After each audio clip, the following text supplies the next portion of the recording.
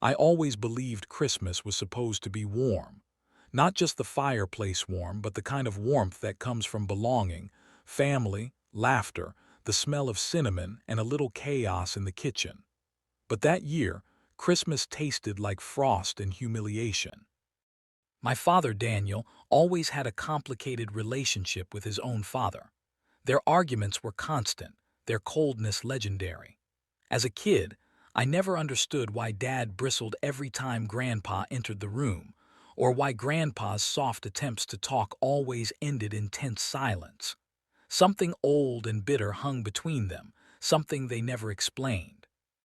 But I still loved Grandpa Henry. He was gentle, wise, and always smelled like pine wood and peppermint. He never raised his voice, never pushed back, never complained. He was simply kind. That's why spending Christmas with both of them together felt like walking across eggshells in a snowstorm. The Christmas fight. It began that morning, the moment Grandpa placed a simple, neatly wrapped box beneath the tree. Dad's eyes flicked toward him, hardened, and he muttered something under his breath. "What's that?" Dad demanded.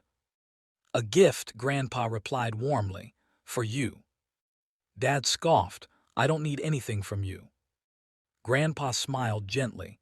"It's not about needing, it's Christmas." For a moment I thought Dad would calm down, but instead he exploded. "I told you not to come this year. I told you we didn't want you here. You think showing up with your petty gifts fixes anything." Mom tried to intervene, but Dad was like a storm. Once set off, nothing could stop him. Grandpa lowered his head. "I'm sorry, Daniel, I only wanted." "Enough," Dad roared. "Get out, both of you." "Both?" I froze. "Dad, what are you talking about?" "You're always taking his side," Dad snapped at me. "If you want him here so badly, then go with him." My stomach dropped. "It's Christmas, Dad." He pointed to the door. "Out." And that was it. No second chance, no room for argument. So Grandpa and I stepped out into the December cold, snow falling thickly around us, our breaths fogging in the frosty air. I felt like a child again, small, helpless, unwanted.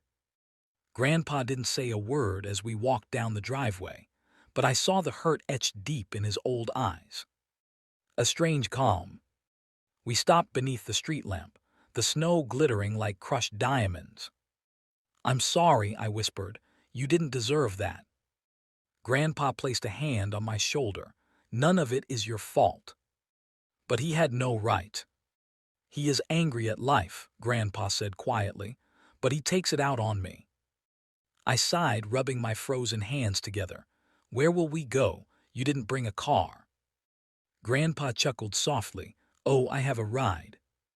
A sleek black car, long, polished, unmistakably expensive, pulled up silently beside the curb. A uniformed driver stepped out, bowed slightly, and opened the door. My eyes widened. "Grandpa, what is this?" "Just a car," he said, smiling mysteriously. "Come, let's get warm." Warmth, something my father hadn't offered us. The mansion.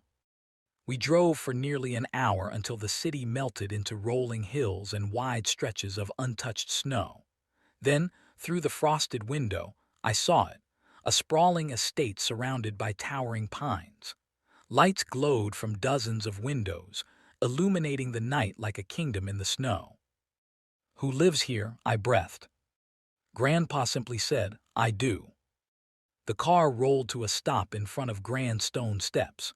Two staff members hurried out, greeting Grandpa with respect and affection. "Welcome home, Mr. Whitmore." "Whitmore." Grandpa's last name was Whitmore. At least, not the one he told us. The truth. Inside, the house was warm, golden, and breathtakingly decorated for Christmas. A massive tree stood in the center of the foyer, ornaments sparkling like stars. Classic carols played softly in the background.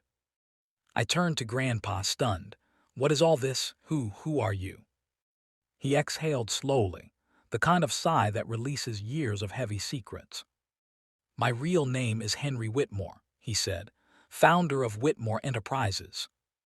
It clicked instantly. Whitmore Enterprises, the multinational real estate and development corporation, one of the wealthiest privately owned companies in the country. You're a billionaire, I whispered. A long time ago, he corrected gently. I stepped down, gave the business to trustees, and chose a quieter life. But Dad, Grandpa's eyes softened with sadness. Your father believes I abandoned him for work. In truth, I left everything because I wanted to save my family. I lost my wife, your grandmother, to stress and overwork. I wanted to be a better father, but by the time I walked away from the company, it was too late. Daniel was already grown, already hurt. He swallowed, and he never forgave me. My chest tightened. All these years, Dad had believed a lie or half of one, a wound he never let heal. Why didn't you tell him? I asked. Because it would have looked like I was trying to buy forgiveness, Grandpa whispered. And a father should never need money to earn his child's love. A Christmas decision. We spent the next hour by the fire, drinking hot cocoa prepared by the staff. Grandpa showed me photos, awards, history, his life before he walked away from it all. It felt surreal, like discovering a hidden chapter of my own identity. Then Grandpa placed a hand on my shoulder again.